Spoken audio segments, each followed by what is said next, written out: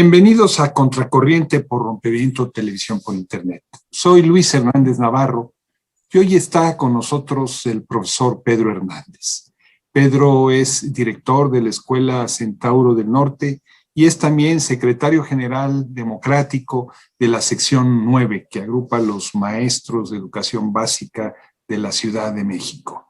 Pedro, muchas gracias por estar con nosotros en este programa. Buenas tardes, Luis. Muchas gracias a Rompeviento por el espacio. Pedro, la coordinadora a la que tú perteneces está de luto.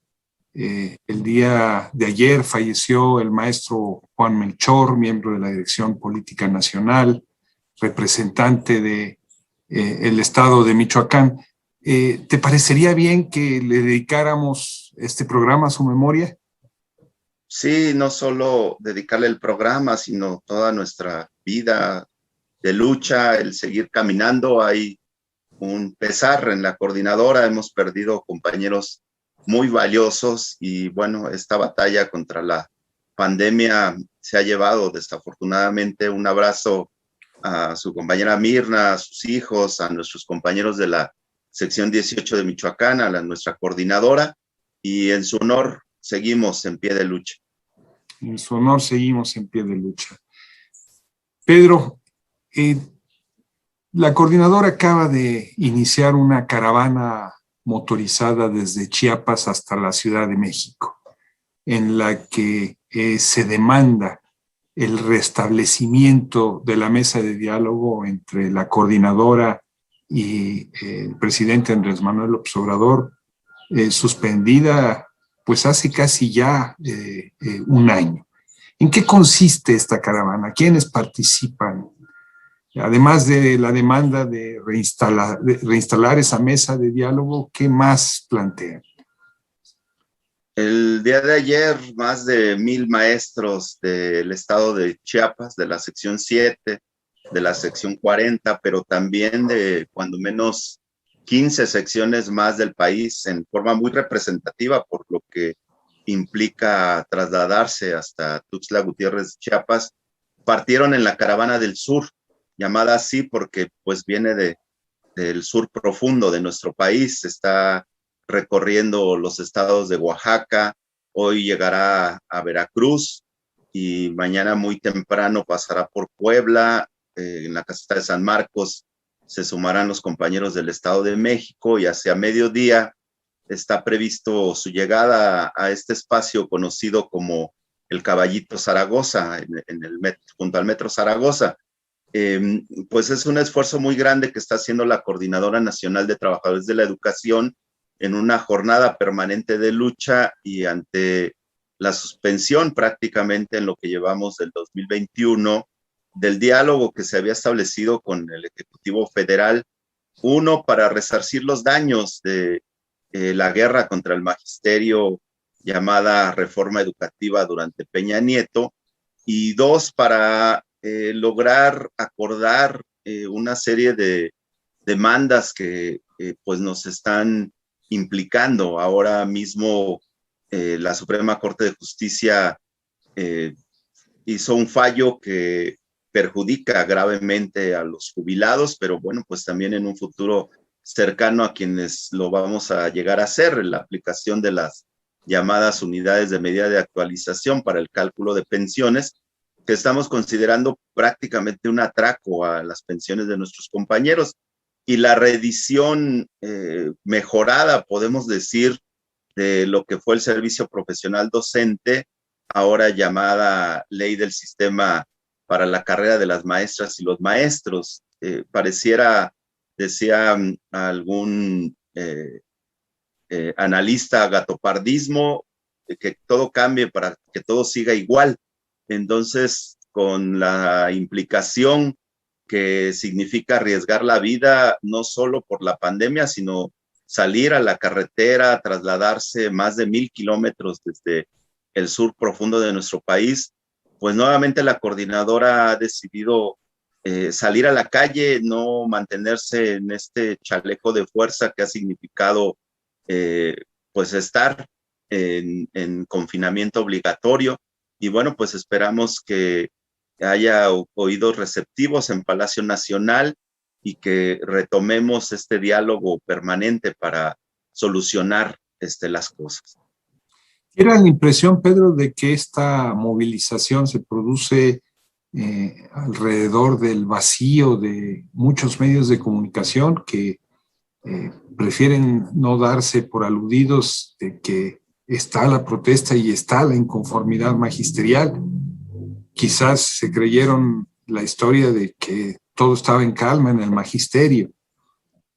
Sí, desafortunadamente hemos encontrado poco espacio. Algunos medios han dado cuenta. Rompeviento, por supuesto, agradecemos mucho a La Jornada, a Radio Educación, a medios alternativos que están dando voz.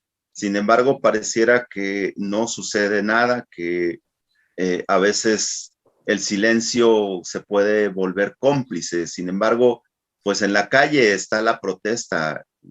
Ahí estamos los maestros, con todo, vuelvo a repetir lo que implica, pues guardando la sana distancia. En las imágenes pueden verse perfectamente nuestros compañeros con la protección, con la distancia, y bueno, pues es que no podemos seguir en esta pasividad o esperando que algún día se retome el diálogo.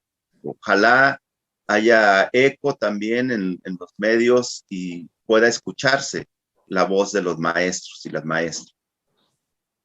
¿Es tan grave la situación con las jubilaciones y los UMAS que lleva a una movilización de esta naturaleza? Sí, desafortunadamente algo que se tomó para cálculo, pues ¿cómo se llama? De multas y de una serie de situaciones que se esperaba pues regular a esa parte, se ha aplicado a las pensiones y ha significado la pérdida entre 30 y 40% de el monto de la pensión. Es decir, que la UMA se quedó ahí estancada mientras efectivamente los salarios mínimos aumentaron, y bueno, pues está significando, repetimos, prácticamente un atraco hacia los jubilados con todo lo que ha implicado. Han salido también a la calle. El pasado 26 de febrero se manifestaron junto con compañeros que vinieron.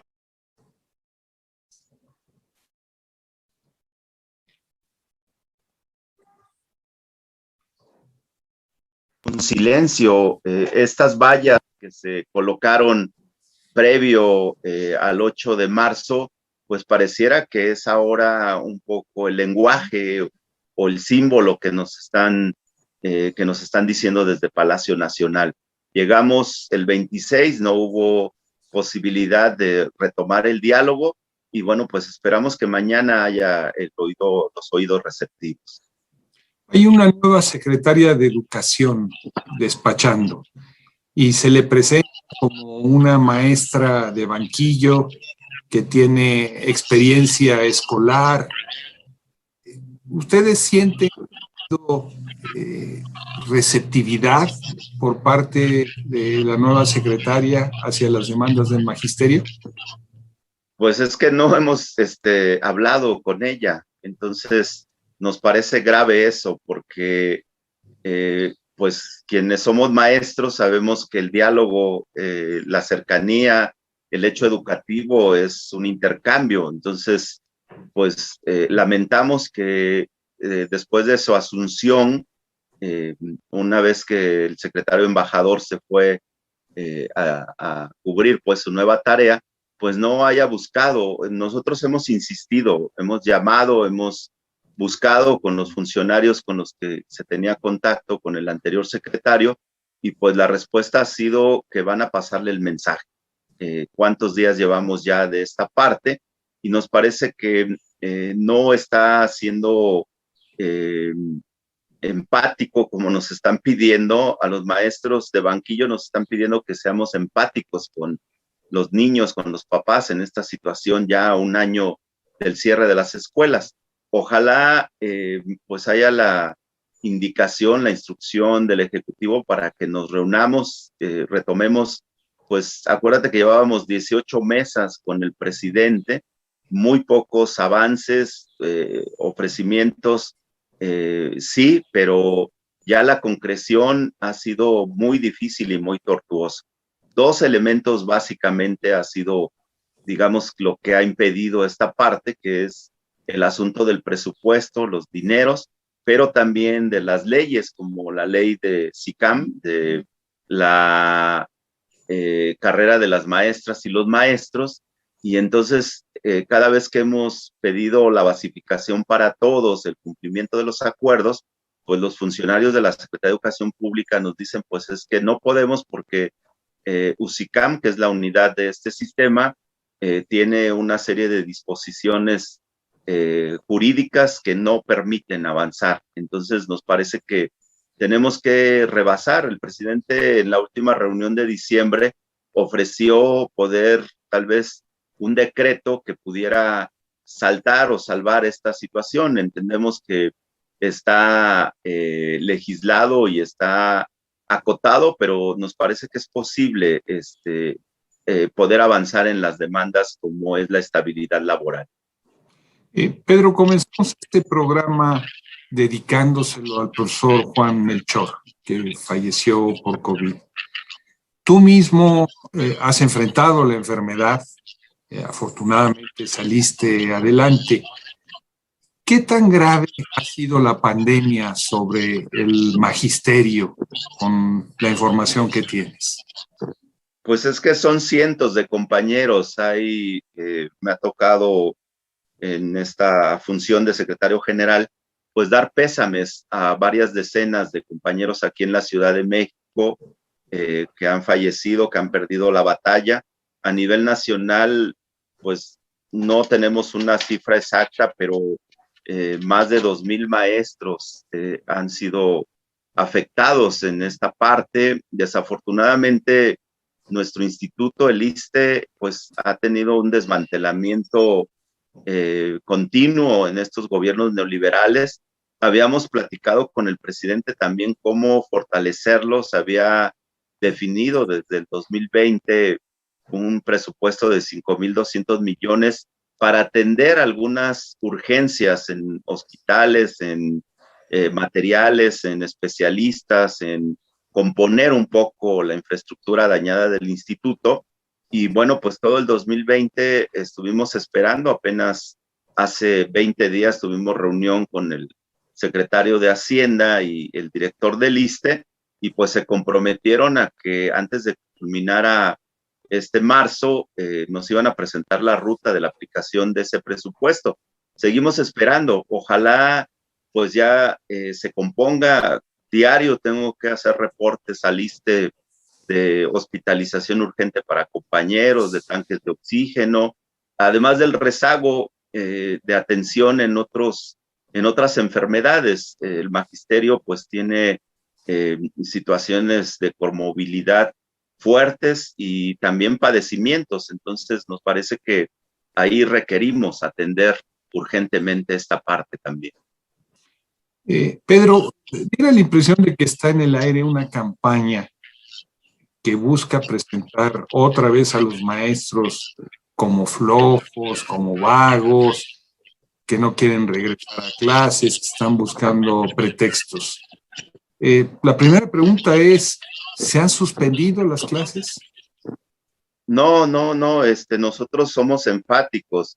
Se cerraron las escuelas desde marzo del año pasado, acabamos de cumplir un año, pero eso no significó que se suspendiera la educación.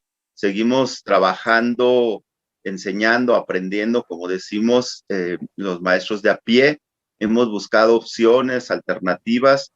Nos parece que la estrategia fallida de aprende en casa 1, 2 y 3 y los que se acumulen, pues no se reconoce que en realidad esa estrategia cubrió mediáticamente la necesidad de continuar las clases, pero pues nosotros hemos dicho, apaga la televisión, prende la imaginación. Los maestros hemos buscado muchísimas estrategias, que va desde el uso de radios comunitarias, la entrega de cuadernillos con las medidas necesarias en comunidades. Nosotros, por ejemplo, pusimos copias de cuadernillos en la papelería enfrente de la escuela para que los papás, los niños lo pudieran recoger.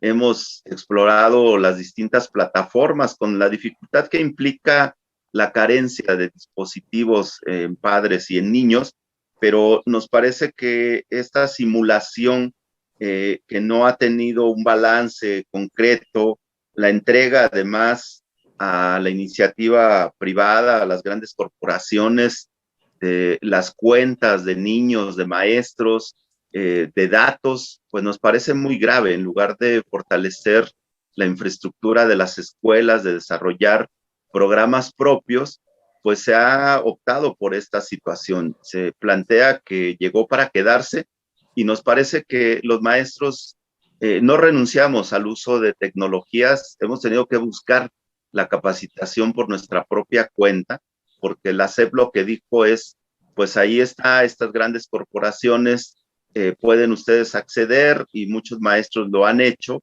aún pues con el pago de su bolsillo y otros pues hemos ido buscando estas estrategias. Hace un rato estaba en la reunión de cuarto grado de informe de la maestra de mi escuela con los padres de familia para explicarles cómo había sido el proceso de evaluación de este tercer trimestre, la entrega de boletas virtualmente y bueno, pues los papás muy contentos por esta comunicación, por este trabajo de los maestros y de las maestras. Eso quiere decir que ustedes han seguido. Sí, exactamente, que no se ha detenido, que estar cerradas las escuelas no significa que no continuamos con los aprendizajes, no los estrictamente formales del currículum cerrado, etcétera, sino nosotros decimos están sucediendo aprendizajes inesperados. También les platico que hace rato nos invitaron a una visita virtual que hicieron niños del estado de Oaxaca, los Colibritos, a la escuela Activa Pay 2 de la maestra Tere, nos invitaron también a estar y fue maravilloso que los niños explicaron, mostraron una de sus maravillas en Oaxaca, Hierbelagua, tú debes de conocerlo, y bueno, pues son otros aprendizajes distintos, inesperados, decimos nosotros, y bueno, también mucho hemos trabajado esta parte del cuidado, el apoyo emocional. Tenemos niños, niñas que han perdido papás, abuelos, tíos, familiares. ¿Cómo explicamos esa parte también? Y bueno, la Secretaría de Educación Pública ausente de estos procesos, nos parece que tiene que reconocer el esfuerzo de los maestros y de las maestras, pero no de la forma que lo está haciendo con este SICAM, con este sistema de promoción horizontal y vertical, que es una reedición de lo que en su tiempo, pues desde Salinas, recuerdas, carrera magisterial y una carrera de obstáculos que significaría más de 34 años para alcanzar la categoría más alta de nos dicen que podemos alcanzar 400% más de salario, pero el resumen sería, naces, te formas maestro, concursas por una plaza, desarrollas todo tu trabajo, vas por una zanahoria que significa este SICAM, te jubilas y te aplican las sumas y pierdes pues muchos derechos. Pareciera que eso estamos condenados los maestros a esta historia de vida docente, ¿no? Tú nos acabas de decir que aprende en casa 1, 2 y 3 son un fracaso. Bueno, ¿por qué ese comentario tan drástico? Pues es que, dice Andrea Bárcena, la televisión puede ofrecer información y entretenimiento, mas no educación. Dice, nos decía un niño, oigan, ¿cómo le regreso? ¿Cómo le detengo? ¿Cómo me contesta la persona que está ahí dando la clase? ¿Cómo hay la interacción? Decía José Martí que educar es una obra de infinito amor y en ese sentido, pues necesitamos el contacto, la cercanía. La televisión emite un mensaje, pero la televisión puede ayudar con la información y tenemos maravillosos programas y cosas importantes. ¿Cómo se atiende a los niños de educación especial, a los niños de pueblos originarios? Si bien introdujeron lengua de señas en la transmisión o algunas lenguas originarias en algunos programas, no está atendiendo lo específico de cada comunidad.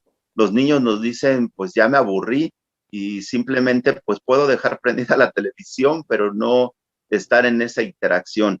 Entonces nos parece que ahí tiene que hacerse un balance muy, muy concreto.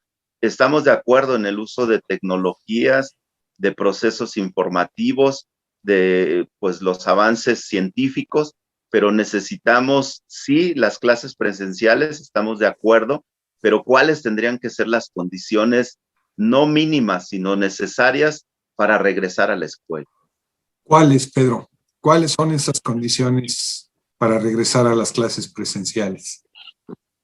Pues es que sentimos que debe de haber una congruencia. Para la coordinadora no hay una fecha fatal. Esta definición tiene que ver con desterrar los comunicados ambiguos, las declaraciones ocurrentes, el dispendio de recursos e intereses ajenos al proceso educativo, implementar una ruta congruente con objetivos perfectamente definidos en tiempo y forma, pero sobre todo las condiciones de cada centro escolar. No es lo mismo Montaña de Guerrero, no es lo mismo Selva Chiapaneca, no es lo mismo Iztapalapa, Benito Juárez, Coyoacán. Tenemos condiciones distintas. Recordemos que las escuelas no han sido atendidas. En lugar de que todo este año de cierre obligatorio hubiera llevado programas de mantenimiento, de mejora, de transformación, de cuidado de las escuelas, están abandonadas. Ahí podemos ver una escuela aquí en mi colonia, pues cerrada, polvorienta, han sido visitadas por la delincuencia porque están abandonadas. Hay escuelas que no tienen conserje, que pues ha sido un robo en varias de ellas, y entonces necesitamos hacer un plan específico en cada centro escolar con la comunidad. No es suficiente. En días pasados los compañeros de Nayarit nos dieron a conocer que es una de las entidades que se pretende abrir, y la indicación de la Secretaría de Educación del Estado fue: los directores son los responsables de darle mantenimiento y tenerla en condiciones para recibir a los niños. Y los implementos y los materiales para la limpieza y el agua, que el secretario embajador dijo que cuando menos 30% de escuelas de educación básica en el país no tienen agua potable. ¿Cómo lo arreglamos? Ha pasado un año y ha habido poca intervención. Esperamos nuevamente que nos escuchen, que se atienda, que cada comunidad diseñe su estrategia. Sí es importante el semáforo verde, la vacunación. No es suficiente que vacunen solo a los docentes.